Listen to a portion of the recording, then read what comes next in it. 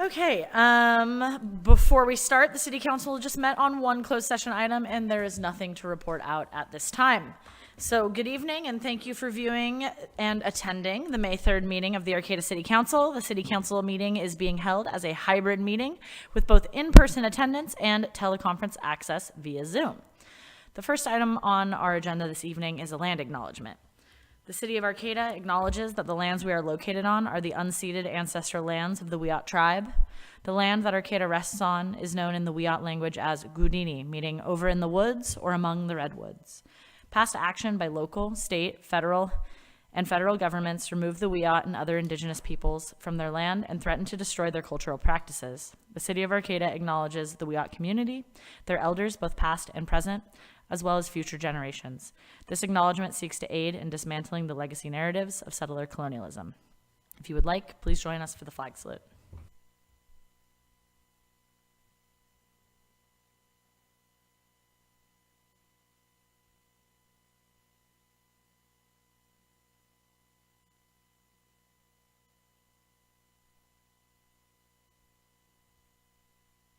Will the city clerk please call the roll?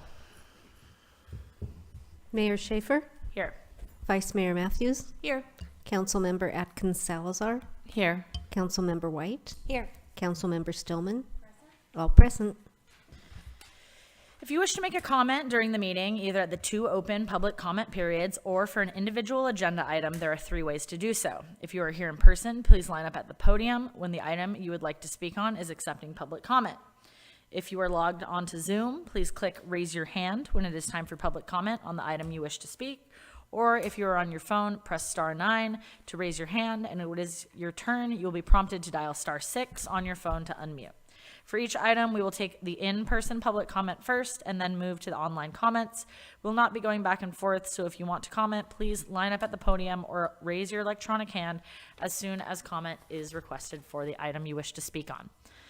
That takes us next to our ceremonial matters. We have 4 proclamations this evening, and the first is a proclamation in recognition of the 31st Annual National Association of Letter Carriers Food Drive Day, which will be Saturday, May 13th, 2023, and this proclamation will be read by Councilmember Atkins Salazar. No? Oh, sorry. This proclamation will be read by, yes, I remember now, Vice Mayor Matthews. All right. The proclamation in recognition of the 31st Annual National Association of Letter Carriers Food Drive Day. Whereas every year on the second Saturday in May, letter carriers across the country collect non-perishable food as part of the nation's largest one-day food drive, distributing the donations to local food banks such as Food for People, the Food Bank for Humboldt County, and its partner pantries in individual local communities. And whereas since 1993, the Letter Carriers Stamp Out Hunger Food Drive has collected more than 1.9 billion pounds of food nationwide, and in 2022 brought in more than 35.7 million pounds of food in more than 10,000 cities in all 50 states. And whereas more than 34 million people live in hunger every day in America, including more than 9 million children, and whereas Humboldt County letter carriers collected more than 33,000 pounds of food from local community members in 2022, providing critical food resources for Food for People's countrywide network of 18 food pantries, serving more than 16,000 Humboldt County residents of all ages. And whereas the rising cost of living, including gasoline, housing, utilities, and medical care, is having a serious impact on low-income children, seniors, and families, particularly those living on fixed incomes. And whereas we recognize all letter carriers for their hard work and their commitment to their communities, and we appreciate community members' support of the food drive. All of the food collected in each community stays in that community. Now therefore be it proclaimed that the City Council of the City of Arcata hereby designates Saturday, May 13th, 2023 as National Association of Letter Carriers Food Drive Day, and asks all residents to support the food drive by leaving non-perishable food donation next to their mailbox for their letter carrier to pick up on the second Saturday in May. This is dated May 3rd, 2023, signed by Sarah Schaefer, manager. And it looks like Allison Kenny is going to accept this via Zoom. Well, I would just like to add one thing to that. If you have a P.O. box, you're able to put your canned food within the P.O. box, and they will take that also. All right, Allison, are you there? Thank you. So we would just like to say that we're so grateful to all of our We absolutely couldn't do this food drive without them. Carriers work on the front lines in our communities and get to know the people on their routes. They often see firsthand the struggle of low-income families and seniors, and their compassion and generosity makes a big difference to the people that we serve. Carriers work double duty on the day of the drive, collecting donations while delivering mail, and often work longer hours just to get the job done. We're super grateful to work alongside them. In Humboldt County, more than 1 million pounds collected since 1995, and more than 33,000 pounds were collected last letter carrier's food drive. This is the largest single-day countywide food drive of the year, and the donations collected in a particular community stay in that community to help local folks in need. The timing of this food drive is also critical, as pandemic EBT assistance programs are coming to an end and food costs are on the rise, so many people are having a really tough time putting food on the table. Many of our pantry sites have already distributed donations received during the holidays. 21% of our county's children live at or below the federal poverty level, which means that there's a higher demand for services during the summer months when children are out of school. Last year, we distributed nearly 2 million pounds of food to our friends and neighbors in need. And this year, our most needed food items are protein items like canned soups and stews, canned meat, nut butter, canned fruit and juice, and canned vegetables. And we also request that people avoid donating glass items, expired, rusting, bulging items, or home canned food items. And we also need volunteers. So if you're interested in helping out, definitely check our website out and sign up. Thank you so much. Thank you, Allison. All right, our next proclamation is a proclamation celebrating Water Week, May 1st through 5th, 2023, and this proclamation will be read by Councilmember Atkins Salazar. Whereas Water Week is a unique opportunity for both water professionals and the community we serve to join together in recognizing the vital role water plays in our daily lives, and whereas we are thankful to have easy access to clean water and recognize that many parts of the world struggle with water access and water quality, and that we can help bring education and awareness to these important issues.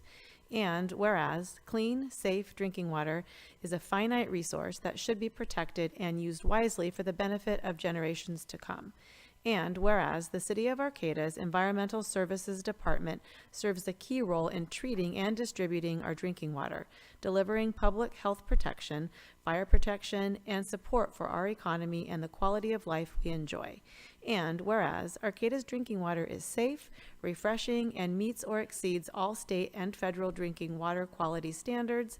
And whereas we are all stewards of water resources and the infrastructure upon which future generations depend, helping to protect and conserve our water resources through the wise use of water. Now, therefore, be it proclaimed by the City Council of the City of Arcata that May 1st through the 5th, 2023 is Water Week. The Council calls upon all Arcata residents to work together to protect our source waters, practice water conservation, and get involved in local water issues. Please join the City of Arcata as we celebrate the wonder of water. And we have our Environmental Services Director, Emily Sinkhorn, here to accept.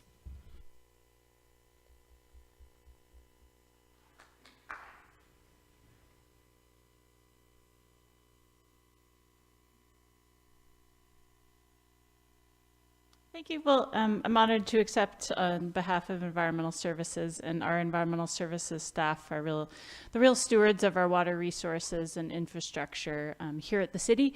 And this week, ES staff will be out in the community tabling at the Farmers Market this Saturday, May 6th, with educational resources around water and other fun goodies. So check that out. And then our staff have also led a student poster contest, and those poster contests are due on Thursday. But just wanted to share some cool ones so far. So of working with local schools with some fun artwork that really gets at the importance of water in our community. So thank you. Thank you. Oh, so Emily, I just wanted to say one thing. When I travel and I'm traveling with someone local, they always say to me, "Gosh, our water is really good." We are very fortunate. Yes.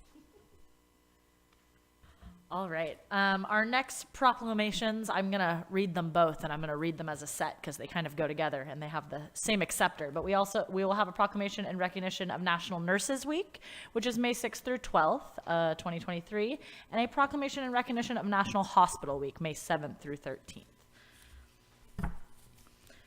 So in recognition of National Nurses Week, whereas one of America's greatest national assets is its nurses and the human resources they devote towards a healthy, humane society, and whereas each year thousands of nurses contribute to the health and well-being of their community, and whereas nurses give patients their time, energy, and ability, providing highly skilled, safe, quality care, and whereas it has long been a tradition in our community for nurses to perform work of the highest quality and to care for the health of others.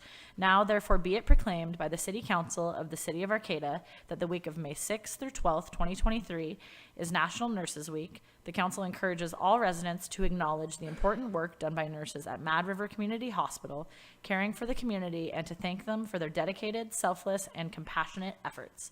Dated May 3rd, 2023, and signed by myself. And then also we will recognize National Hospital Week, May 7th through 13th, whereas the American Hospital Association celebrates May 7th through 13th, 2023 as National Hospital Week with the theme, We Are Healthcare. And whereas this national healthcare event unites hospitals, healthcare workers, and communities from coast to coast, building enthusiasm and pride in giving the nature of care. And whereas nearly 5,000 American hospitals and over 5.5 million dedicated staff members serve as beacons of hope in their communities, and whereas hospitals today are multidimensional facilities encompassing every area of specialization with a focus on wellness and a reach that extends into the communities they serve. And whereas this commemorative celebration demonstrates that hospitals are foundations of the communities that built them and nurture them. Now, therefore, be it proclaimed that the City Council of the City of Arcata, by the City Council of the City of Arcata, that May 7th through 13th is National Hospital Week in Arcata. The council recognizes the dedication and contributions of the doctors, nurses, technicians, and staff of Mad River Community Hospital and urges all residents to express their appreciation for the people, facilities, and technologies that make the miracle of healthcare possible in our community. Dated today, May 3rd, and signed by myself. Is David Neal here? I don't, okay. So we have somebody here to accept, Hi. and so thank you. And I'll just add too that I'm very appreciative of all Mad River does, and I was raised as a child of like a 40-year Mad River Hospital nurse, so I spent many hours wandering the grounds and the cafeteria. So thank you guys for all you do. Thank you very much. My name is Tina Wood, and I'm the Director of Nursing at Mad River Community Hospital. And thank you very, very much. Mad River has served this community for over 50 years, and we're looking forward to the next 50. And on behalf of the nursing staff, thank you. Nurses are there for your first breath and your last.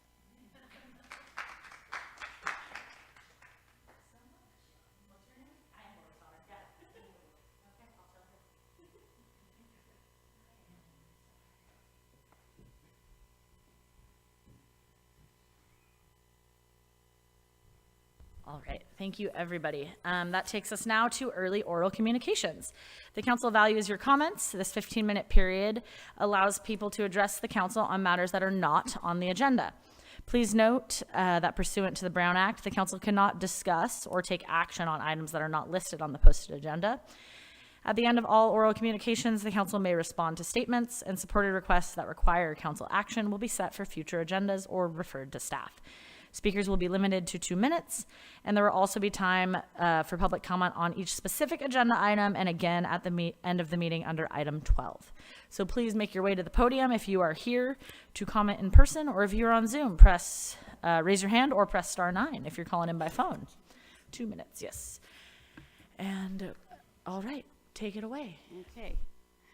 Hello, my name is Joanne McGarry. For those who are seeing me at this podium for the first time, I think it's important that people know who I am and what I have to say so they can challenge me or compliment me for whatever I have to say here. But as you well know, I like to speak in threes about issues, and I'm a big believer now in this concept of braiding for strength in our community, some of the different issues that we're dealing with. So today I'd like to address zero waste, public transit, and the unhoused reality of our town, our Arcata.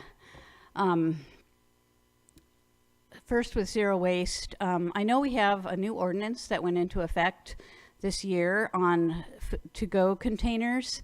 I've been traveling on foot a lot, or by bike, through town, and a lot of food trucks and restaurants. I've brought my various to-go containers to be filled, and I've had mixed results in terms of people knowing about it, giving me the discount, really promoting the concept of just even the coffee cup concept of bringing your own cup.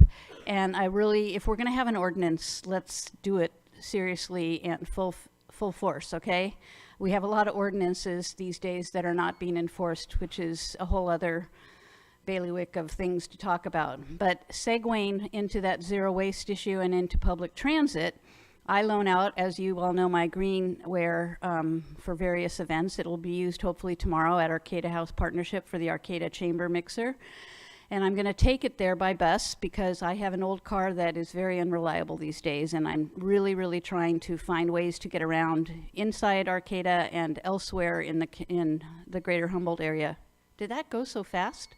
My God. So anyway, that public transit really needs to improve. I couldn't go to Beachcomber on Sunday. And finally, the unhoused, I'll speak about that at the end of the night. So thank you. Thank you, Joanne.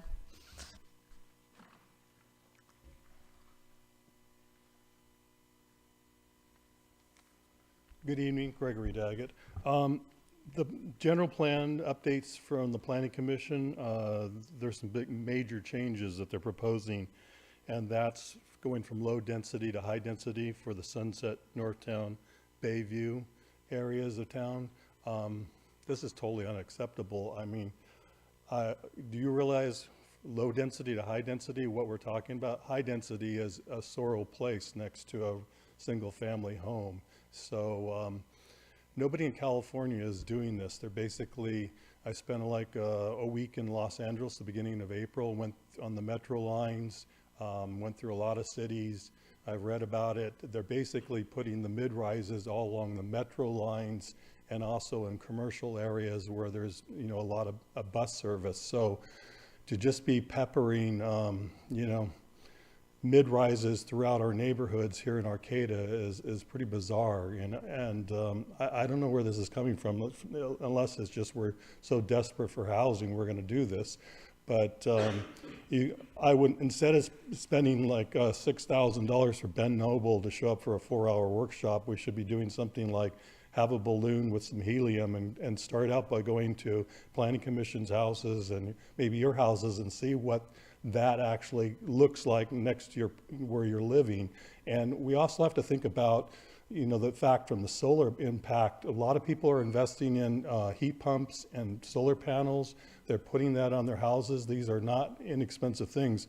A 1,200 square foot house for a system would be like $40-some thousand, and then we're actually going to change low density to high density so somebody could go ahead and do a construction right next to someone's site and basically take all of their assets away from them, their investment in environmental friendly heat pumps. So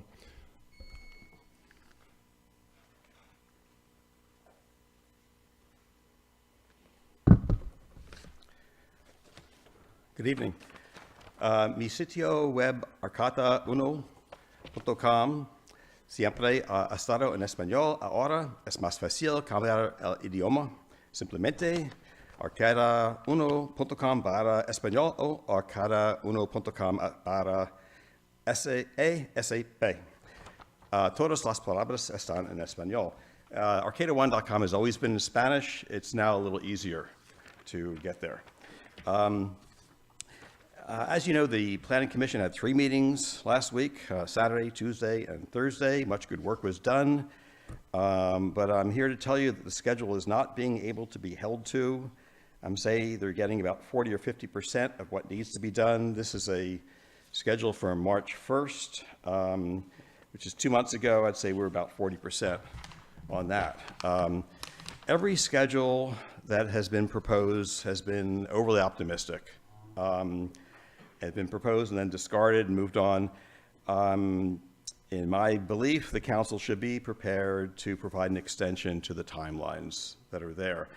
As you also know, on Saturday, the Planning Commission gave explicit, simple, direct, unanimous instructions to David Loya to put an item on the agenda with very specific directions, and he did not do that, which this caused on Thursday a obvious and valid violation of the Brown Act. They wanted to get done what they wanted to get done, but it was not on the agenda.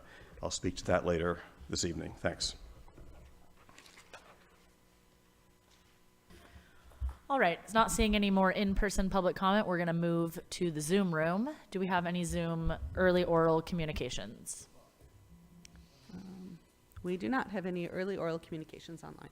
All right, that will take us now to our consent calendar. All matters on the consent calendar are considered to be routine by the City Council and are enacted in one motion. There is no separate discussion of any of these items. If discussion is required, that item is removed from the consent calendar and considered separately. At the end of the reading of the consent calendar, council members or members of the public can request an item be removed for separate discussion. So item A, approve the minutes of the City Council meeting of April 5th, 2023. B, biweekly report on disbursements. Item C, approve the project plans and award a construction contract for the Isaacson Sustainable Transportation Infrastructure Improvement Projects to RAO Construction Corporation Incorporated in the amount of $535,197 and authorize the city engineer to increase the contract amount by up to 25%, $133,799.25 for a total amount not to exceed $668,996.25, and to allow for unforeseen contingencies and authorize the city manager to execute all applicable documents. Item D, to approve a ride funding agreement for the city of Arcata for the fiscal year 2023-24 in the amount of $89,174, and to authorize the city manager to execute all applicable documents. And item E, adopt resolution number 223-52, a resolution of the City Council of the City of Arcata adopting the Sewer System Management Plan 2023 update per the statewide general waste discharge requirement for sanitary sewer collection facilities, and authorize the city staff to certify the document in the California Integrated Water Quality System. So are there any council members that would like to remove an item from the consent calendar?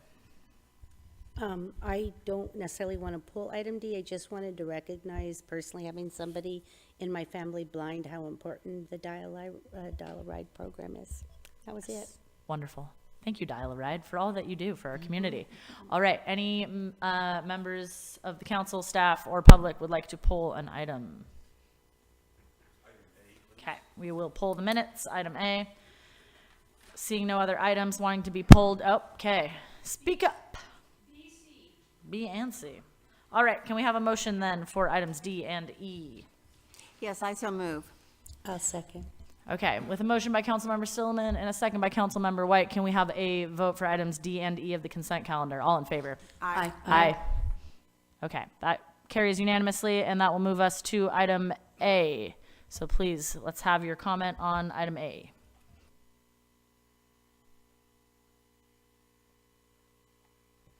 Thank you. Good evening. In the minutes for the April 5th council meeting, I refer to new business item A. It was the timeline for a strategic infill redevelopment program. That's the general plan. It's on page 16, 17, 18 in the packet. The minutes for this motion are, quote, the council upheld the timeline set by it at its March 1, 2023 meeting, end quote.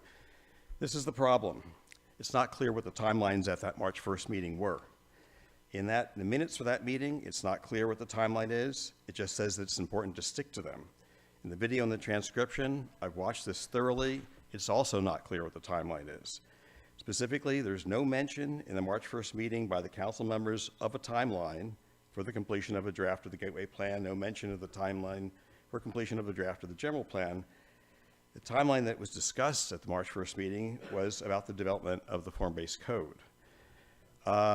We all know the April 5th meeting was about defining a timeline for the completion of a draft of the general plan. The motion was, quote, to uphold the timeline that was set at the March 1st meeting, end quote. This is problematic because there wasn't a timeline at that March 1st meeting. It didn't exist. I believe we can all agree what the council wanted to do on March 5th, and I think I would word this as to have a draft of the general plan be ready for view by the city council at their July 11th meeting. If there can be a way to include that in the minutes of the April 5th meeting, or words similar to it, that would provide much greater clarity. I know you can't change the words of the motion, but right now, it just says the council members express their views regarding the timeline and the general plan update. If that paragraph could be altered to include the actual intent of the council, it'll be a lot more clear. Otherwise, it's completely unclear. The intent of the council is unclear, and it'd be much preferable to have the minutes reflect what the council wanted to do. Thanks. Thank you, Fred. Are there any questions or comments from the council or staff on this topic? I'm sorry, I was asleep at the wheel.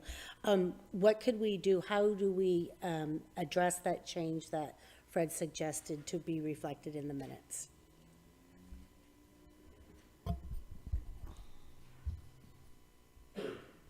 Well, if it wasn't said in that meeting, it can't be reflected in the minutes that way. Because the minutes are a record of what was said or happened at the meeting. I can't put in the minutes what your intent was if you don't speak it. And just to be clear, that's a suggestion from a community member, so we are not obligated to do that if we think that the minutes reflect what we were doing in the meeting. Yeah, and I think that the timeline was pretty clearly laid out in the meeting and in the packet of the meeting, which could be referenced in addition to these minutes. So I'm happy to move forward with motion if folks want to do that, or if an amendment would like to be made, let's do I would move it. for approval of the minutes of the city council, April 5th, 2023. I'll second. Okay, so we have a motion by Councilmember Stillman and a second by Councilmember Atkins Salazar. All in favor? Aye. Aye. I'll abstain.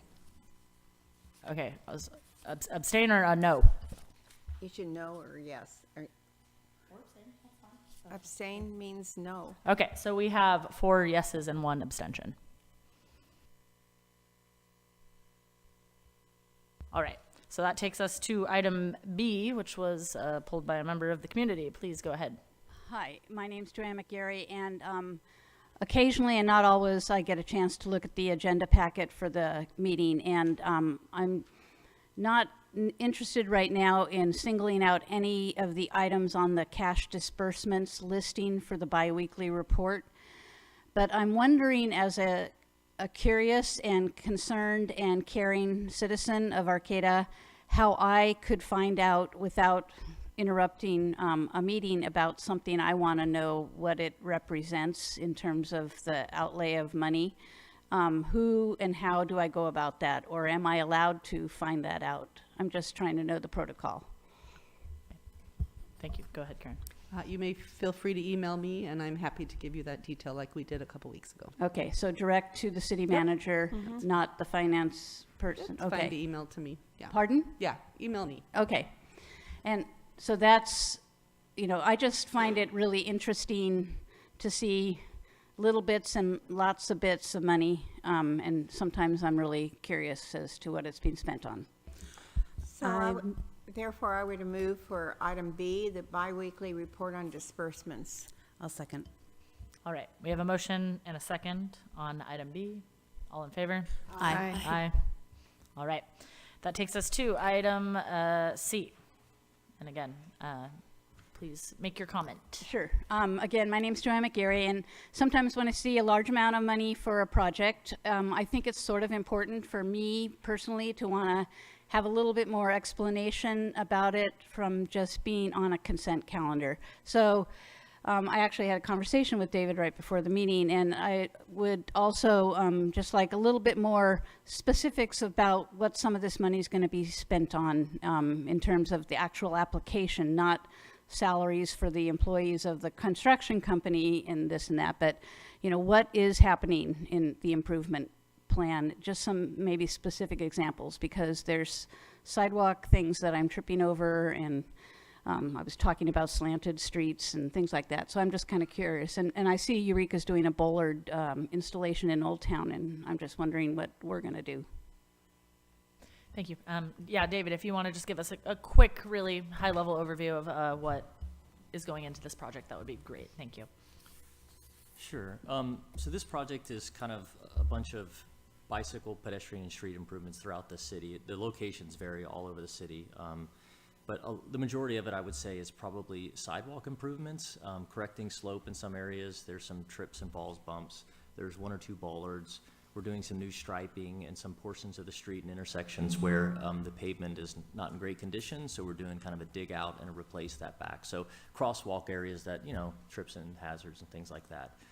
I would say that is probably the majority of it. There's also some enhanced pedestrian push button like warning signals that's going on Samoa and I, and then there's going to be another set as you cross South I Street as well. That's going to be included in this project. Great, thank you, David. All right, so hopefully that cleared up some of the parts of the project, and I'm sure some of us would be willing to chat more about it offline as well. All right, so that takes us to approving item C on the consent calendar. I also move to approve item C, the project plans and award construction contract for Isaacson Sustainable Transportation Infrastructure Improvement Project to RAO Construction Company. I don't have to read the rest. I can just say move for item C. I will second. All right, we have a motion and a second. All in favor? Aye. Aye. Aye. Okay, motion carries unanimously. And that now takes us to new business. So our first item A under new business is to approve an amendment and restatement of the agreement between the City of Arcata and the Humboldt Transit Authority for operations and maintenance of the Arcata and Mad River Transit System and vehicles, and to authorize the city manager to execute all applicable documents. So we will have a staff report from City Engineer Netra Khatri. Okay. Good evening, Mayor, council members, members of the public, and staff here. In front of you today is the contract amendment for our annual maintenance contract with Humboldt Transit Authority. Our existing contract with HTA, which is same as Humboldt Transit Authority, was executed originally in 2006 and then amended in 2020, which includes maintenance, fueling, and parking of all our transit vehicles at their yard. This amendment will add operation services to the existing contract, which includes providing driver services, record keeping, transit data management, and miscellaneous tasks related to the operations. Currently, our transit operates with 1 transit manager, 1 transit operator, 1 3/4-time bus driver, and 5 part-time bus drivers. If one of the driver calls in sick, we don't have no backup. Currently, we don't have a transit manager. Transit manager used to be backup driver for our drivers. HTA, which provides transit services to the whole Humboldt County, from Trinidad to Garberville and from Arcata to Willow Creek. And also they operate Eureka Transit Services. The goal of this amendment is to provide a reliable transit service to the Arcata residents by using HTA's expertise on transit operation services. This will improve the efficiency of transit service in the area and will open doors for more opportunities in future to add additional routes if funding becomes available. Currently, what we anticipate the amount would be for this contract services is we will be putting in next year's budget, and we have funding for that, at least for 1 year. So this is a 1-year contract, and we'll see how that goes. We are also working with, as we will be working on this contract, we will not have part-time drivers working for us. So we've been working with HTA staff, and they have assured us that they will be taking most of our drivers if they are willing to work, and there will be a smooth transition of that. So overall, this is a great plan. I think we've been talking about this for a long time. So now it's in front of you, and this is time to execute this. So this will improve the operation services for the whole region. And as I said earlier, if the funding becomes available, HTA has a bigger driver pool, and we could use the drivers. So now we have drivers, so we need to find money, and we find money, then we can add more routes. Great, thank you, Netra. So if it's possible, what I'd like to do, Madam Mayor, is to move this item, and then we can have discussion on the motion. So I move for approval of an amendment and a reinstatement of the agreement between the City of Arcata and Humboldt Transit Authority, known as HTA, for operations and maintenance of the Arcata Mad River Transit System, known as the ANMRTS, and vehicles, and authorize the city manager to execute all applicable documents. All right, we have a motion on the table. Is there a second? I'll second it, and I just wanted to add that as our resources are stretched thin, both not only financially, but with personnel, it just makes sense on this and, possibly other things to take a more regional approach. And I think I shared at one of my report outs that I was able to receive or be part of a presentation from HTA showing all the new upgrades and what they're doing. And it's very exciting and impressive. And so I'm happy that we can be part of that. So thank you. Yeah, I'm really excited about it. I'm sorry, there was a motion and a second, so. I can No. wait. All right. You can discuss, we can talk No, about it as much as we want. I just think the potential for service is so much higher, and, I mean, it's what people want. The potential for more routes eventually and better service, so I think it's great. Yeah, I'm excited about this, and I know that we've been talking about this as a council, and a goal of, just as Councilmember Atkins Salazar said, just improving that kind of regional connection, and, we see that HTA already operates, the majority of the buses within the county anyway, and to come into that system, I think we're entering a already very well-established, well-run system. The one question that I have, and it might seem kind of basic, but how would this change of contract impact our contracting with Cal Poly Humboldt? I mean, would then they just enter into contract with HTA? And also, how does that, I assume it's kind of the same vein of questioning, but like our free rides that we do in June and July, how does that impact programs like that we already offer with our bus system? The existing contract that we have with Cal Poly, that will remain in place because that is for 3 year.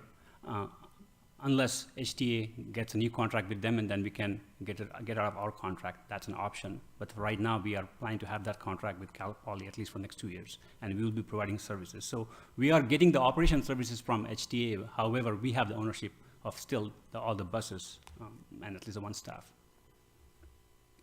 Thank you, Nesha, and that was my only major question. So more questions and comments, then we can open it up for public comment. Yeah, just, oh, I'm sorry, go ahead.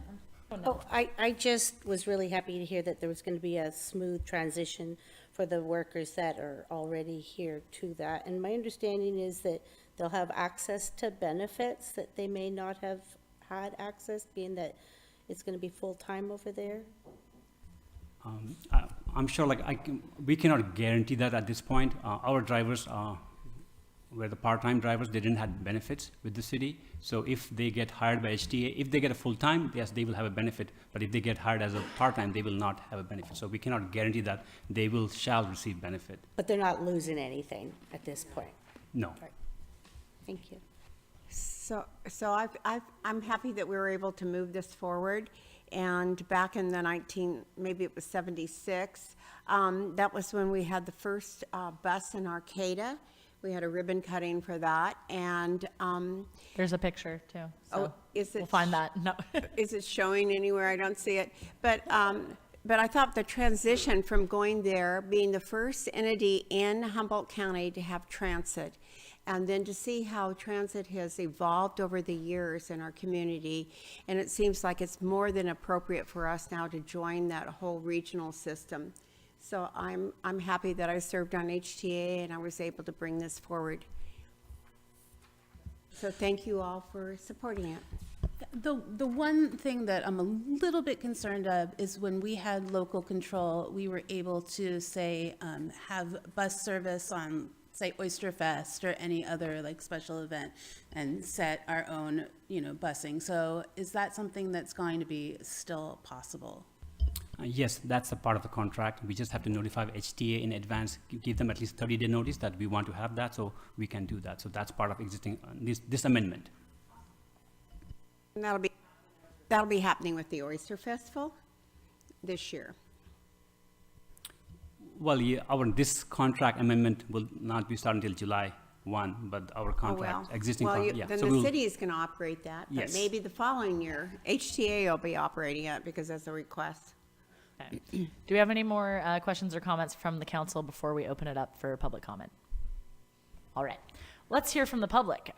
We have 3 minutes on agenda items, and we have a longtime HTA board member and supervisor Here you to go. talk to us here.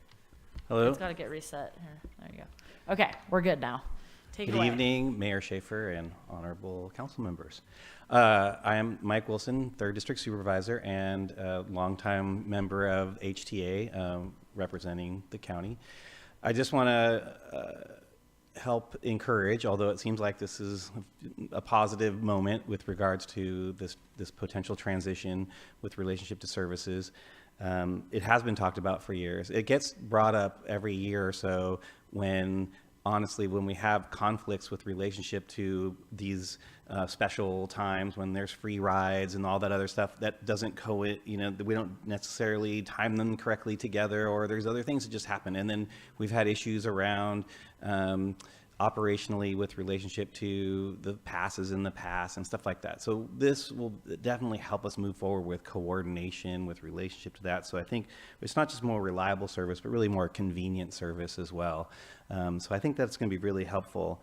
And I just want to speak to also, we've had the city of Eureka also used to have its own bus service with relationship, just like you guys have.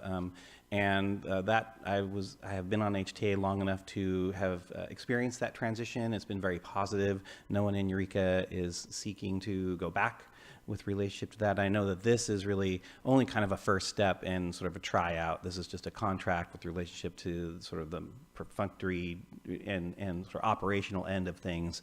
But I will say that regionalization is definitely something we want to be more moving towards. It just helps reduce administrative costs. And it's true, HTA has been extremely successful with relationship to grant programs around hydrogen fuel cell buses, electric buses, those sorts of things. And I know you guys got some too. And so, and also just consolidation of the operations with relationship to maintenance. And so with that, I just wanted to be encouraging of this movement, and I'm just very happy to be supportive, and you have my commitment to continue that support and make sure that that this relationship is functional and beneficial for the entire community. Thanks. Thank you, Mike. All right, more public comment. Come on up. Okay, according to your own data, I think only 3% of the population actually uses the public transportation. So my question is, how are you going to encourage more people to use it? Because that's a pretty dismal number. And also I would say that the trustees of Cal State University in the fall, when they had Cal Poly, they kind of put them on a spot a little bit, because one of the trustees pointed out that he's visited every campus in the state, and every question, the first thing that comes out from students is parking, parking, parking. He says, I don't even want to hear it. But it's basically, he put Cal Poly on the spot for the Craftsman Mall project, because he said there's only about one spot per 3 students. And he told basically the president, Cal Poly, this totally unacceptable, because he felt that sort of it was like abusing the students from the standpoint. He said that they come up, I visited your campus, it's beautiful up there. Students want to be able to drive around and see the beauty, and they also, a lot of them live in isolated areas, so it's not easy for use the planes to get to them. So from their standpoint, which was totally different than, I mean, they both worked for the state, they had different visions of how this was all going to play out. And I'm a full supporter of public transportation. I'm not trying to knock it down, but I'm a realistic. When I was in Los Angeles, they spent billions of dollars. They have a subway system, and I use that subway system. And there's some real issues going on with that. It hasn't quite worked out with the buses and the subway system, because not enough people are using it, but also worse than that is that there's a lot of safety issues, especially for women too. Basically, You know, there's a lot of mentally ill people that are on, there's a lot of homeless issues, there's violence going on. I mean, every day that I traveled for a whole week, there was always an incident going on, and it's discouraging a lot of people, especially women too. I mean, it was pretty shocking what happens to women, what was said to them in public transportation, and you know, even if you're a big guy, you don't really feel too comfortable. I'll just put it that way. So these are all factors that play into it. And I use public transportation when I travel a lot, Miami, New York. The only place I've ever found when I worked in Valencia, Spain for about a year, that system worked and everybody across the board, from poor to rich, used it. But basically here in the US, it's a very, it's kind of like a working class, and it's very difficult to get to your location. A lot of time has to be used. Hi, my name's Joanne McGarry. I'm happy to speak up now, but I really would prefer if Colin Fisk is on Zoom to hear what he has to say first, and I don't know how that, nope, okay. I'm encouraging him to show up in person because that would be nice for me. But if I can speak on the public transit issue, I'm all about braiding the different services of public transit regionally, and I think this is a good experiment, like I was talking about in the past, trying these things out to see if they're going to work and make it more beneficial and more effective. I would hope this would also result in Sunday services. Like I say, when I was speaking before, I wasn't able to get up to Trinidad like I wanted to on Sunday because there's no bus service on Sunday, and I find that, you know, very disheartening. But the other thing about public transit, and I was just reading about the emptiness of the transit center in San Francisco, they're discovering this big fancy Salesforce transit center. It's not getting utilized as much, and it's kind of a vast wasteland. I had the opportunity to take the bus on Saturday to an AHA event on the waterfront in Eureka with my green dishes, and read the schedule wrong and had to wait about an hour and 20 minutes at our transit center for the final southbound bus to come. And I wasn't going to be able to get a bus back, so I had to make sure I got a car ride back from the event. So just these kind of challenges. But while I was sitting at that transit center, I know why a lot of people don't take the bus.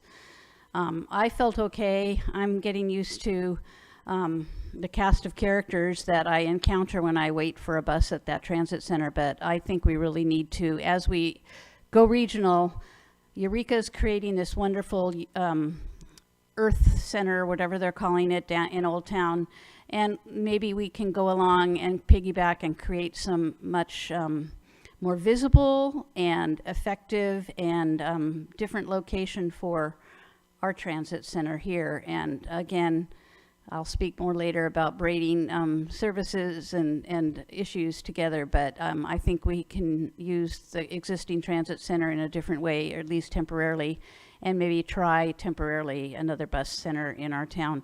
So I'm all for this regional approach.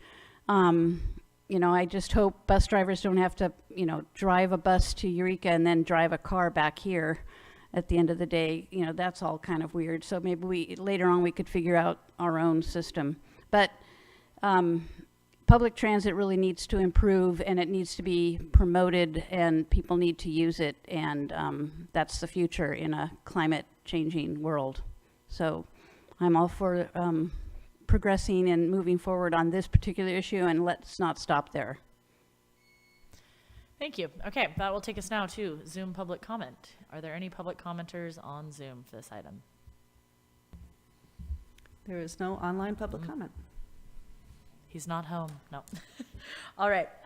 With that brings us back to the council here then. That's all of our public comments. So we had a motion and a second on the table. If there's no more discussion or questions, we can vote. Or if you have a question, speak now.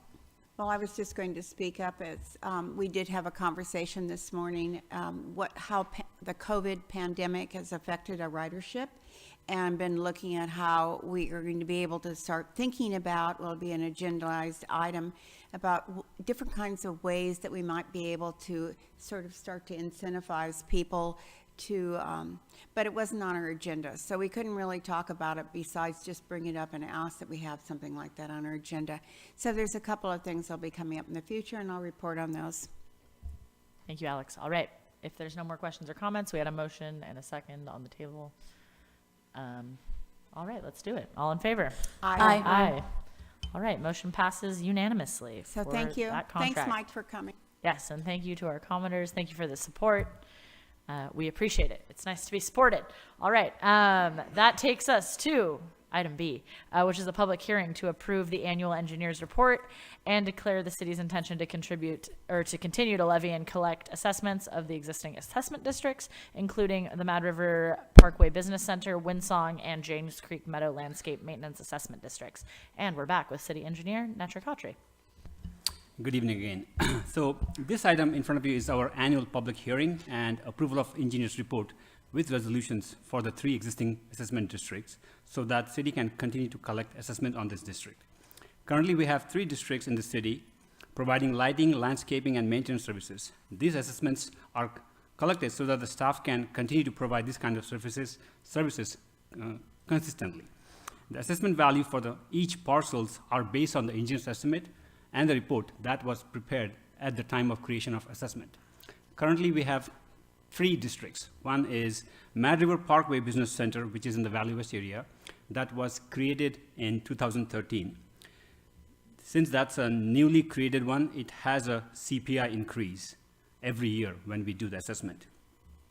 Current assessment that for the year 23-24 we are estimating is approximately $7,000.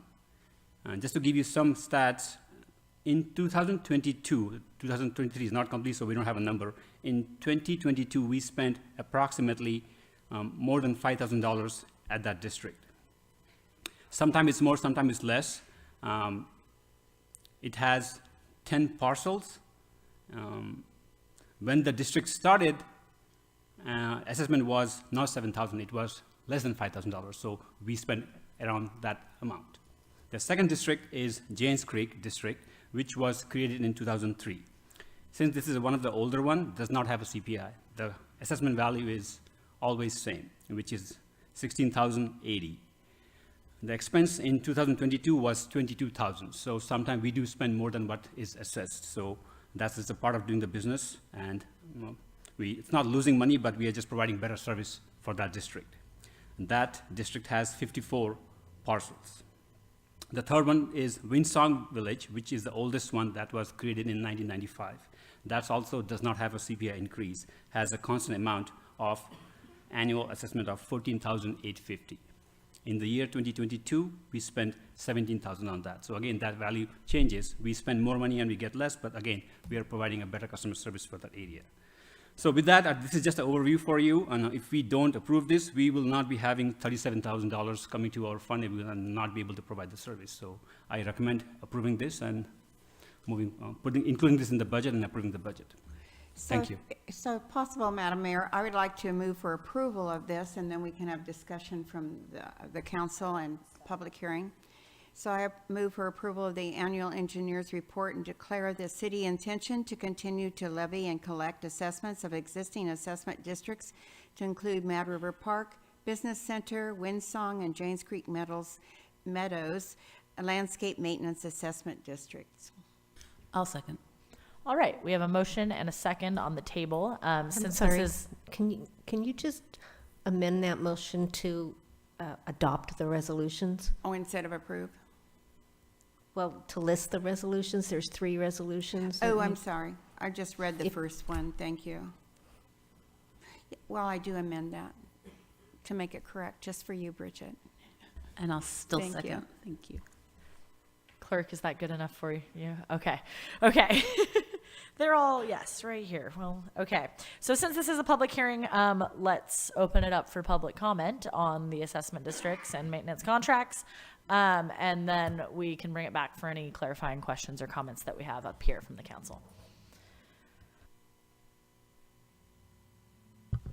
Yes, thank you. My comments are really in the form of questions. The Windsong Improvement District dates from 1995, James Creek from 2003. they don't have any adjustments for CPI. So the question is, was that normal at that time? And similar question, if an assessment district were made today, such as in the Gateway area, would it have a CPI adjustment for inflation? To put things in perspective, the Windsong assessment from 1995 is $135 per parcel. That's the equivalent of $265 today. The total there is $14,850, which would be a little over $29,000 today. And it's doubtful, but can the Windsong and Janes Creek Meadows contracts be renegotiated given the realities of real-world costs? I also, while I fully believe we're doing things efficiently, that in 1995 it was $14,850 from Windsong. How can that money cover the same maintenance today? It involves the playfield, the parks, irrigation system, the draining system, trails, shrubs, lighting. Those are just my general questions. I don't expect to get answers tonight, but if you can do it for that money, my credit to you. But it's the assessment is about half of what the cost would be. Thanks. Thank you. All right. Not seeing any other in-person comment. Is there anybody on Zoom that would like to comment on this item? There is no online public comment for this item. All right. Well, that'll bring us back to the council. And that was actually, I guess I would like to know the factualness behind it, because I think there was like some state law that changed with property taxes, right? That has to do with that. So why is that CPI not adjustable for those older properties? These are put in at the time of development. So in essence, it's put in by a vote of the property owners at a certain set point in time. And so it's typically done before any of those parcels are sold, and the property owner who's doing the development then controls the vote, and it's part of a negotiation with the city in terms of the development agreements around those subdivisions. To reinstate or to renegotiate would go back to a vote of then all of the parcel owners in those areas. I haven't seen those be successful in other communities. It was fairly typical in that day and age to not add a CPI increase to those. Many years ago, it's probably been 10, 12 years ago that I looked into this more closely, and I saw that there was a period of time where some cities did increase by CPI, just made an assumption that that was, but that really is not the case under the laws, how we've read it, so we have never increased those by CPI. When Mad River Parkway came up and we were negotiating that with the Zanzies, we did negotiate in that CPI increase. So we have played it very conservatively for the council in maintaining these assessments. We were so optimistic in 1995. All right.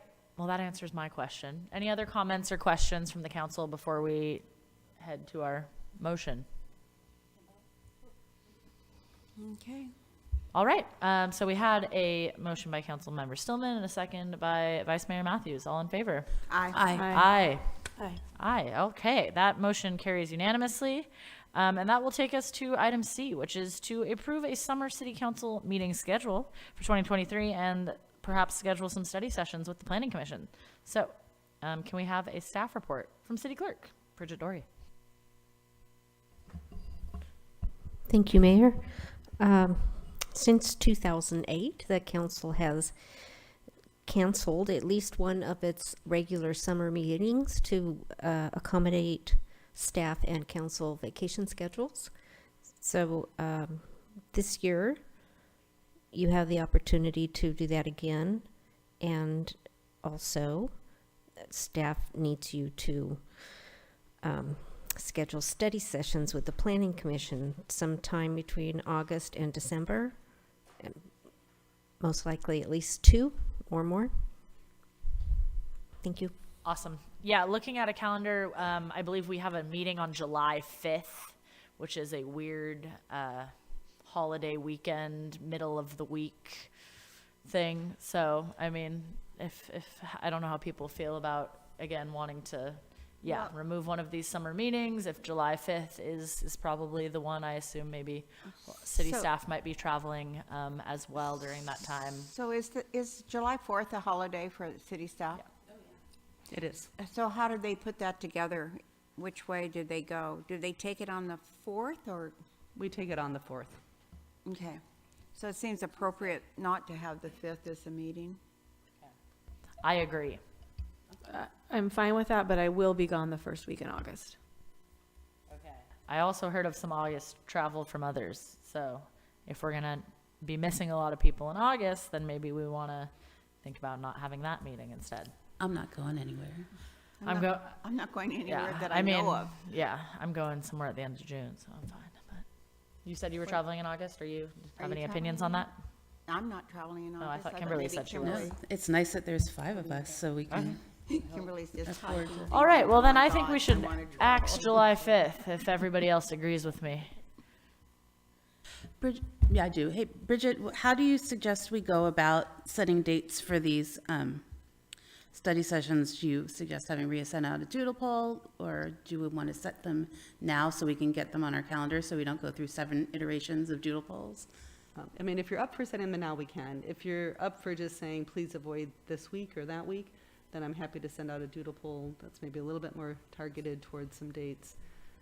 You know, I'm guessing, you know, if things stay on schedule, hopefully we'll have some level of recommendations from the Planning Commission in July. So, you know, a little bit of time to digest and go through, and if they have a little bit of extra work to do, so sometime maybe in August. Yeah, so I would suggest that we all go ahead and maybe hold on our calendars the Thursdays in August, because Tuesdays are planning commission meetings, so we don't want to take away from the planning commission meetings.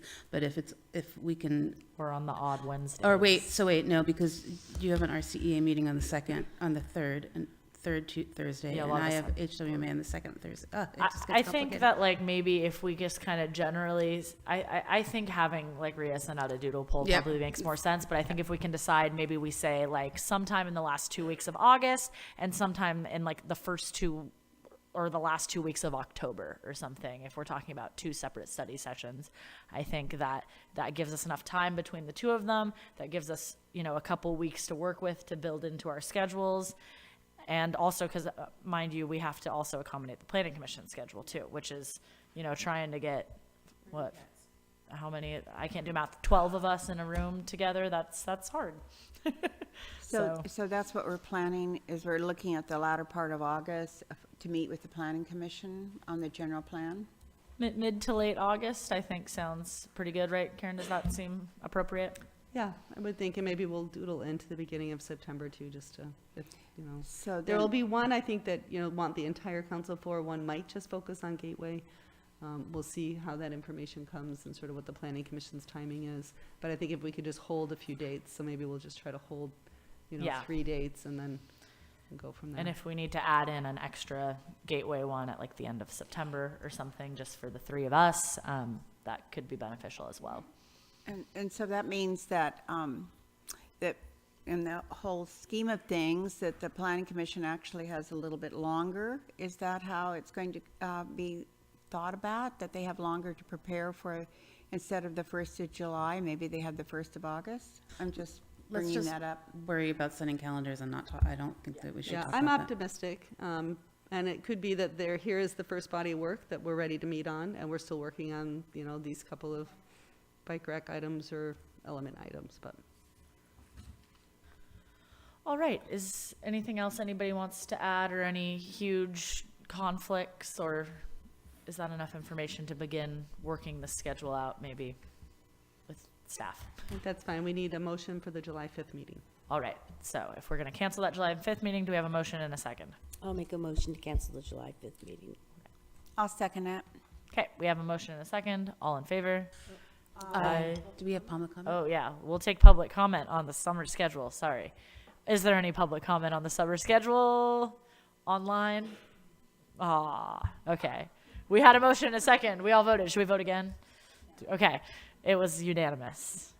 So we'll see you the 3rd week in July instead. All right. Great. So that now takes us to oral and written communications. The city appreciates the public's input, and this time is provided for people to address the council or submit written communications on matters not on the agenda. Please know that pursuant to the Brown Act, the council cannot discuss or take actions on items that are not listed on the posted agenda. And at the end of all oral and written communications, the council may respond to statements. Supported requests require council action will be set for a future agenda. Speakers addressing the council will be limited to 3 minutes. If you're in person, line up at the podium. If you're on Zoom, raise your hand. And if you're on the phone, you can press *9. All right, here we go. Hello, my name's Joanne McGarry. I carry this around with me now these days to just remind myself that we are a small little rural college town on the north coast of California with all the cast of characters that, what's that? Oh. Anyway, so the third thing I wanted to talk about when I talked about zero waste and public transit and other ways of getting around town is the unhoused and the realities that I am facing in my attempts to get out and walk around or bike around or bus around the community, because I notice a lot of things because I don't have a smartphone, so I'm not looking at it all the time, and that's an advantage for me in being able to see some other things when some other people can focus on that little piece of equipment. But I just think, as I mentioned before, we have a lot of ordinances in place, and people are considering new ones, I understand. And I just, why have an ordinance if we're not going to enforce it? But if we're going to have an ordinance for certain things that people need to be called on that they're not abiding by, we need to provide a reasonable, humane alternative, I think, for some of that. So I think this goes back to experimenting with different locations for different activities, for different systems in our community, trying different things to see if we can't get a handle on things like dogs in places where they're not supposed to be, and people blowing smoke, whatever kind of smoke it is, where they're not supposed to be blowing it. The one thing I notice is there's a lot of full trash cans all over the place. And that gets back to this whole zero waste ethic that we're not necessarily promoting as well as we could.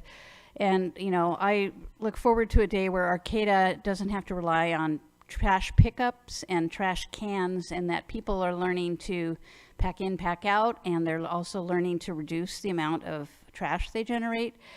I just think that we spend a lot of money and a lot of time doing things that are we could do better, and they wouldn't need to happen, and we wouldn't need to spend money on it. For example, there was a cash disbursement, and I saw that a check was made to Recology by our Arcata House partnership for $24,000. I don't know what the timeline was for that, what it was for, but we really need to get all the different agencies and organizations to work with us on reducing waste and enforcing ordinances and housing people. On October 5th, 2022, the City Council meeting awarded a construction contract for the Phase 1 of the Arcata Wastewater Treatment Facilities Improvement Project for $51,495,000. You also authorized the city engineer to increase the contract amount up to $3,089,000. That was 6% for a total of $54,584,700. And this was allowed for any unforeseen additional work. The cost now is $62 million. So I don't know whether you're aware of that. And if you are aware of that, why aren't you asking the question of how they exceeded that amount? I mean, it was pretty generous, the amount that you were giving. So you had two bids. The first bid was for $51,495,000. The second bid was $62,888,000. That was the one that you rejected, and also they were threatening to sue, as I recall. That evening was to spend a lot of time addressing the city attorney. So the first bid, according to the engineer, was 30% higher than their estimate, and the second bid was 58% higher than what the engineer estimated at 62,888. So basically, we're at that figure now of, which was 58% higher than what we expected. So for something this important, why aren't you getting a report from somebody and staff on why all of a sudden this has gone up quite a bit? And I also remember that evening too, that a year and a half prior to even the 51 million, this project was supposedly going to be in the low 30s, and that was what I remember Stacy, she was having quite a time dealing with Zoom. You had the second party that was quite upset, and then you had the front row with the ones that were awarded the contract, and they basically were, acknowledging, yes, things have gone up, and we're going to manage this and tell us why. So my question is, why isn't anybody asking this question of, that's some serious money, and this is a serious project, phase one. Where are we at with this? And also there was quite a few comments in the Journal, I think 2 weeks ago, about this project too. There was a lot of bird watchers that were pretty upset about vegetation that was being destroyed and stuff. I haven't seen the site, but I'm just saying that there's out there in the community, there was quite a few people that were upset. So let's get someone to ask that question. Thank you. Good evening. I'd like to cede my time to Fred Wise.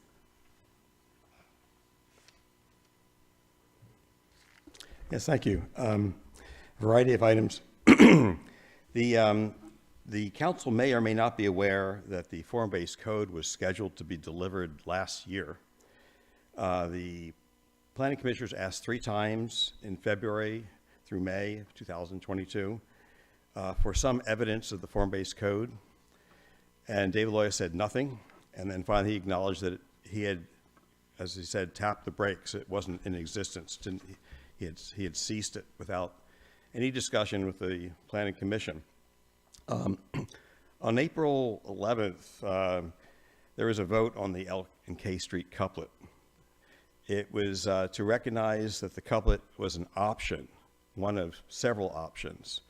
A motion was made and seconded, and then there was a discussion of close to half an hour.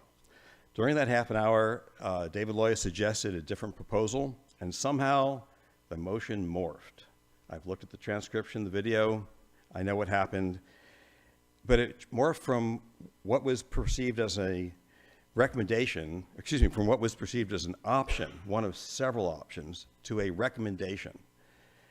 The vote occurred, and the commissioner who had seconded the motion retracted his vote and changed his vote. So he recognized that it was a different motion than the original motion. I believe you're aware that the chair of the Transportation Safety Committee, Dave Ryan, is very upset. The summary of the Transportation Safety Committee was completely mangled by staff in its presentation. It doesn't reflect at all what the Transportation Safety Committee said. A planning commissioner has requested that Dave Ryan or another assignee from the Transportation Safety Committee should come to the commission directly. Typically, communication goes through David Loya, but in this case, that's proved to be not accurate. The same situation has occurred with Economic Development Committee. Their recommendations also were very strongly changed, I'll say.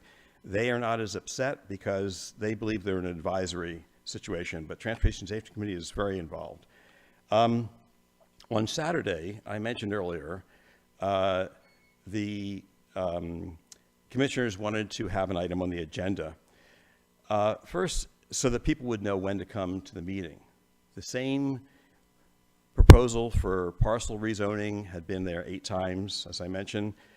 A commissioner brought this up, and twice, and each time David Loya put up an argument against it.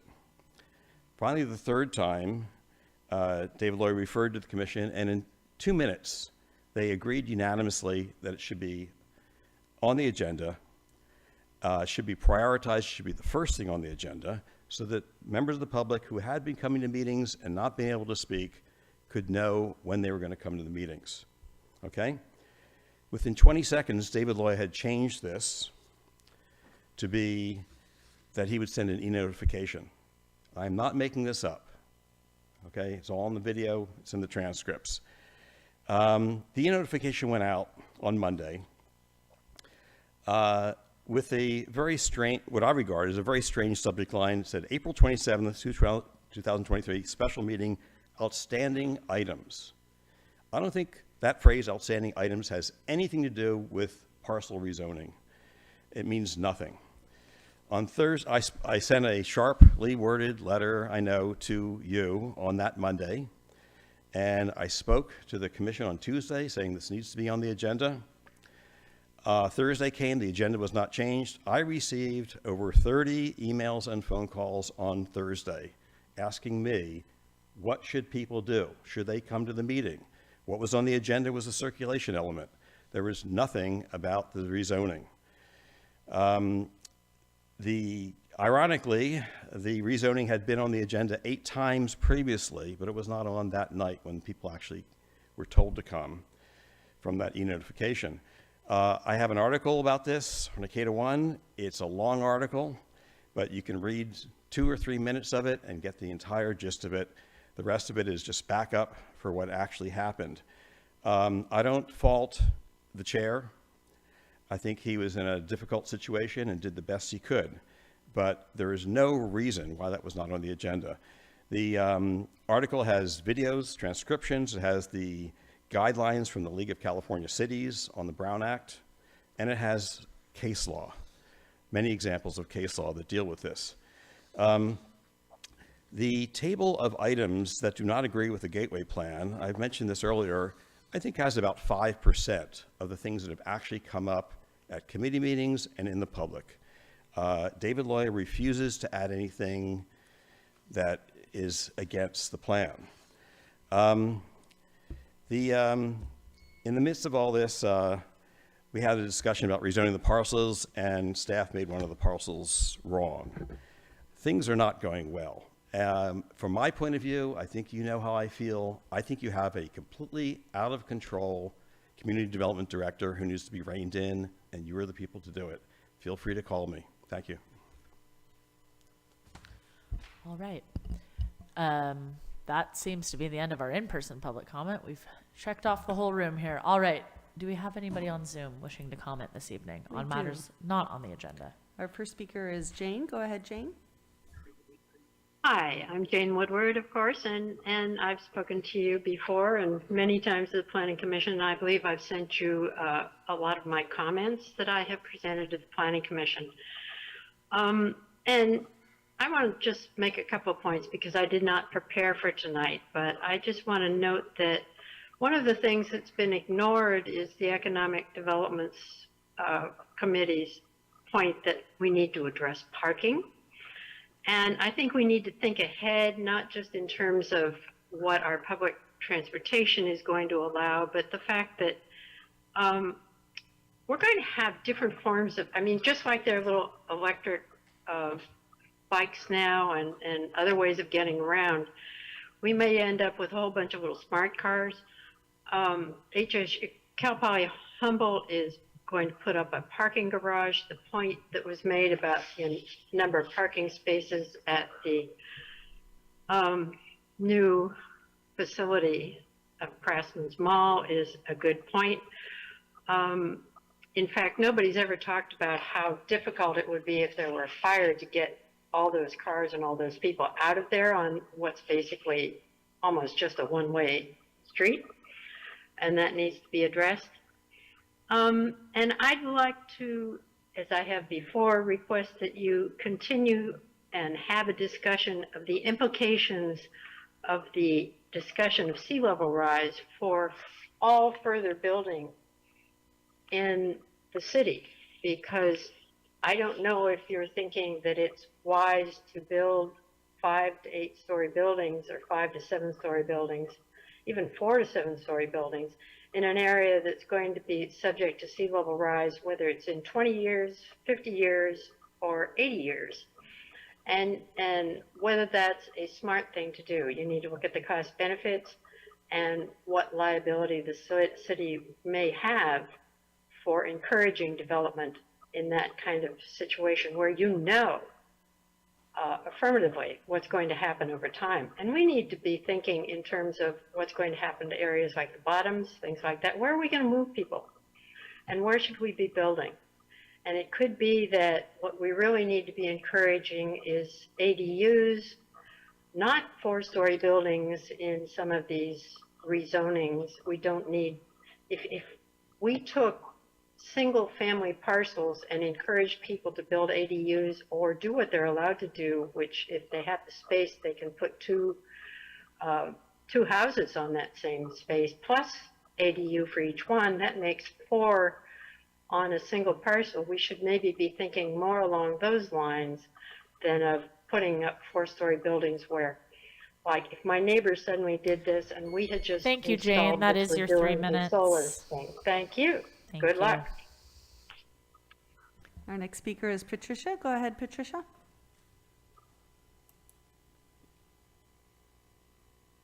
Go ahead. Hello. There you go. Hello, thanks. Find the unmute button. So yeah, I'm down in Southern California right now, but when I'm talking to the community and collecting signatures for the L Street Linear Park, people are overwhelmingly asking for the city to make K Street safer now for pedestrians and cyclists, but not at the expense of the L Street corridor. The traffic calming devices, I mean, there's lots of options we have for traffic calming devices along K Street, whether it be like raised crosswalks or bulb outs. I'm a big advocate for stop signs. They're cheap and they're effective for letting people cross safely.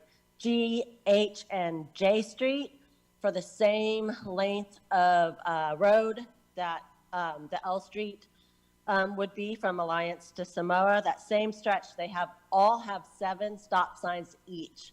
The only calming devices that exist now on K Street for that same stretch is 1 stop sign and a whole lot of potholes. I don't know if we want to keep the potholes as calming strategy, but so I'm also in Southern California, and Santa Barbara and Ventura both closed off their main streets during COVID, and they have continued to leave those closed as a walking mall. And so I would suggest it's mainly for the economic benefit. And so I would suggest that we keep L Street corridor as a walking mall. There's also another article on Strong Towns about Winter Garden, Florida. There are rails to trails that it just economically revitalized the town and that area tremendously. I would suggest you look up Winter Gardens, Florida on Strong Towns. It's a great article. So yeah, I would just say, we've continued to collect signatures. We're over 700 signatures now for the L Street Linear Park to keep that corridor open and protect it.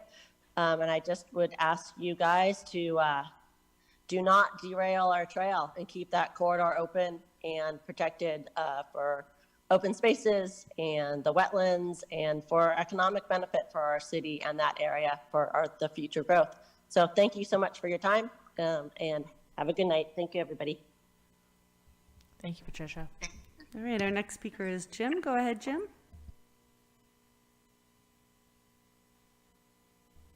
Go ahead, Jim. Can you hear me now? We can. Great. Hello to staff and council.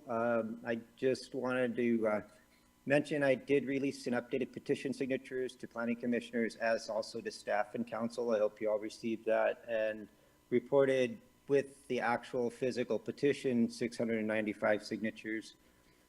Commissioners will be discussing the general plan circulation element on Tuesday, May 9th. At a previous planning commission meeting that was billed as a discussion about the K&L couplet, the L Street Linear Park, commissioners took a straw vote to keep the K&L couplet as a goal and to seek out grant funding and right-of-ways for the previous meeting. The vote was 4-2 on what I would consider just one vote away from a stalemate, and this inadvertently promoted the couplet over the linear park. At their last meeting on land use element, the commissioners voted to keep an agricultural exclusive designation for a parcel that was slated to be upzoned to residential high density, the one that's located at Alliance between 17th and Foster. Public pressure and commissioner sentiment prevailed. The conversation was about preserving open spaces, specifically ag land. However, the greater conversation was about the limited open spaces in Arcata. There's a continual sentiment to preserve open natural spaces in Arcata. The north and south ends of the L Street Rails with Trails corridor is greenway and it's valuable open spaces that I think with it being paved over, those will be lost forever. And I think those could be very integral and should be very integral to the linear park. You know, and on that note, I will just read to you one more time the language. We support the existing L Street bicycle pedestrian pathway to be officially designated as a linear park from Alliance Road to Samoa Boulevard. And this linear park be preserved and enhanced as a green space for recreation, play, and community. We also support the spoken recommendation from the chair of Arcata Transportation Safety Committee at its August 2nd meeting, 2022, revise the circulation plan that eliminates L Street as being considered for new streets and car traffic. This area is recommended to become a car-free linear park that prioritizes people. You know, as the open spaces, you know, the linear park will rely on open spaces in the right-of-way of the existing railroad trail corridor to best serve Arcata's future infill, Greater Humboldt Bay area, and the Great Redwood Trail and beyond. And I'll just reiterate one more time, the signers include previous council members and mayors, business members, architects, members of the local Sierra Club, community members of all ages, including Cal Poly students, a broad spectrum of customers visiting the co-op, including out-of-town visitors, signers from neighborhood and Arcata and around. Online signatures at this point are, I have to double check, but I think we're up to close to about 137. You know, and just realize many of these people. Thank you, Jim. That is your 3 minutes. Yeah. Thank you. Okay, thank you so much. Yeah. That is the end of our online public comment. All right. That takes us to the end of our public comment period. Thank you, everybody, for your participation. That'll take us to council and staff reports. Yeah.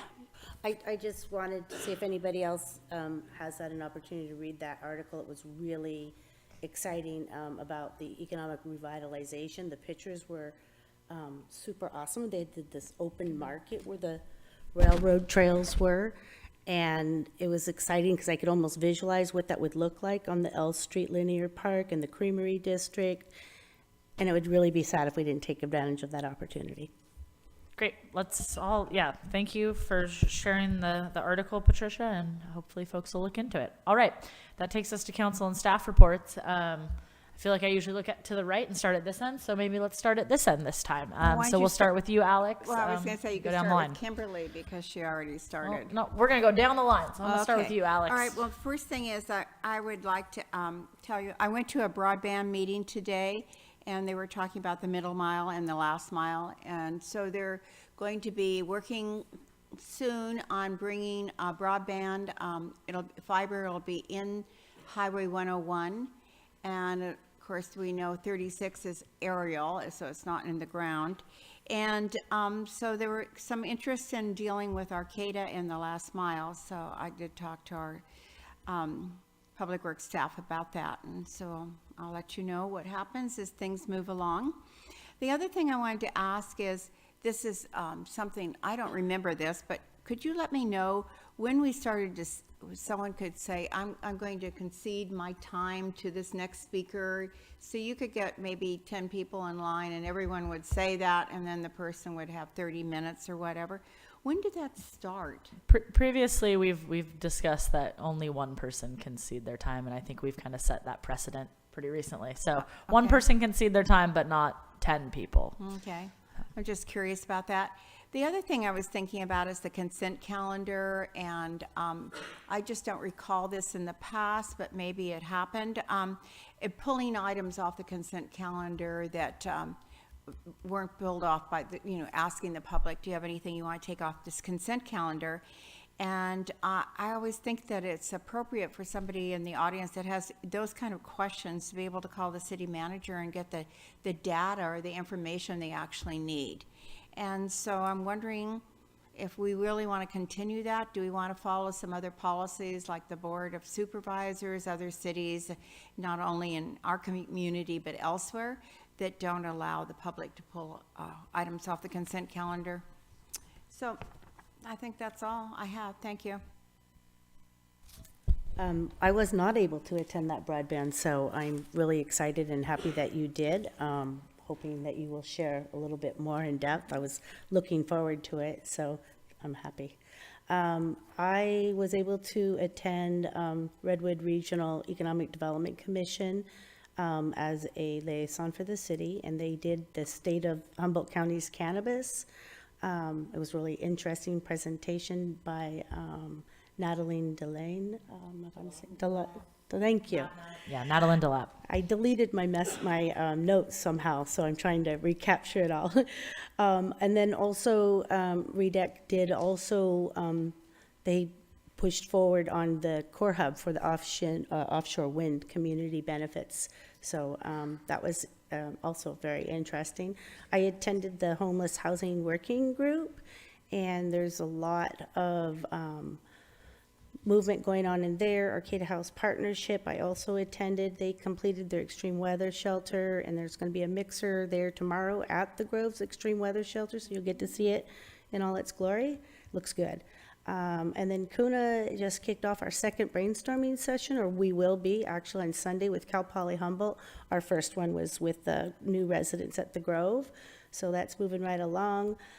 Oh, and I wanted to let folks know that Arcata House Partnership will be starting a food pantry in light of the recent changes of post-COVID of folks no longer getting that extra pandemic CalFresh that I'm really concerned about. There's going to be less food in our community. So they're going to be doing that Friday afternoons through September, and it'll be in the afternoon. You don't actually have to be unhoused or low income. You just need to have a need and go and help yourself. There's going to be lots, bounty of food. It's at in Valley West at Arcata House Partnership at the Satellite, and I believe it's going to be drive-through, so should be pretty easy, quick in and out. That's all I got. Awesome. My big things.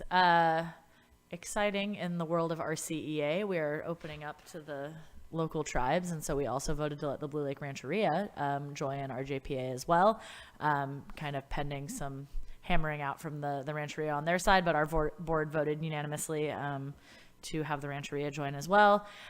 We also celebrated the 20th anniversary of RCEA last Friday, which was a wonderful, fun event with a lot of speakers throughout the past of RCEA's history. 20 years is a long time for a local organization to exist. So it was cool to hear their stories and get to chat with some people and also meet some of our new board members, because we've both added the Yurok Tribe and the Blue Lake Rancheria to our JPA pretty recently. So that's all exciting, and I'm on the budget subcommittee, and I get to go learn about RCA's budget, and I'm so excited.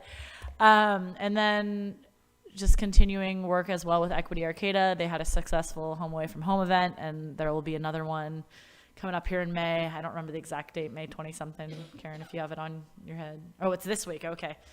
Never mind. Yeah, because I saw the sign up for donations into the city manager office. It'll be at D Street Community Center. We'll get a date on it, but the Home Away from Home events, and the last one was at Wildberries and was enormously successful, and so they're hoping to get even more students to come to the event, with it being a little bit closer to campus there at D Street. So yeah, and Oyster Fest is June 10th, don't forget. Well, Kimberly took mine, but yeah, there's Chamber Mixer on Thursday at the Grove. Also, May is Mental Health Month, so take care of yourselves, take care of others. And it's almost crab season. I can't wait to see the new scoreboard lit up. I'm really excited. Go Crabs, go. At HCOG this month, we had a presentation about the Great Redwood Trail. And just before I get into that, just in general, I have asked more than one time, because often, we've been hearing trails to rails, and that is really not how we do things in Arcata, and I've double-checked many times, and we will keep our trails one way or the other, including the Great Redwood Trail. And they have some upcoming events which have opportunities for the public to engage and participate in. Some of those one of them is at the Eureka 4th of July Festival, Fortuna Rodeo, and Humboldt County Fair. And they believe the draft plan will be submitted to the public around January of 2024. So now's like a good time to weigh in. The economic benefits to Humboldt County alone are about, when it's built out and functioning, $48 million. To our 3 counties that it's running through, Mendo, Trinity, and Humboldt, over $102 million. So it'll be a great economic driver for our communities. And Supervisor Madrone is vice chair of the Great Redwood Trail Committee, so if folks want more information, they can contact him. And also May is Bike Month. There's lots of events, so try to participate. Yeah, I saw, yeah, I wish I wrote down these dates, but if you go on the Instagram for Bike Month, they have a ton of posts, but they're doing a morning. If you're on your bike and you're biking to work at the co-op in Arcata, they're going to be like free bike tune-ups from Adventure's Edge. You can get free coffee and like baked goods from the co-op and just learn more about bike safety and biking to work. Also, and the city is helping host the bike rodeo that's coming up this month as well. So if you check out the Bike Month Instagram, or I think they just have a regular website as well, it has all of those dates of these upcoming fun events. So thank you for that reminder, Stacy. All right. With that, oh, my gavel's not out. We are adjourned. Thank you, everybody.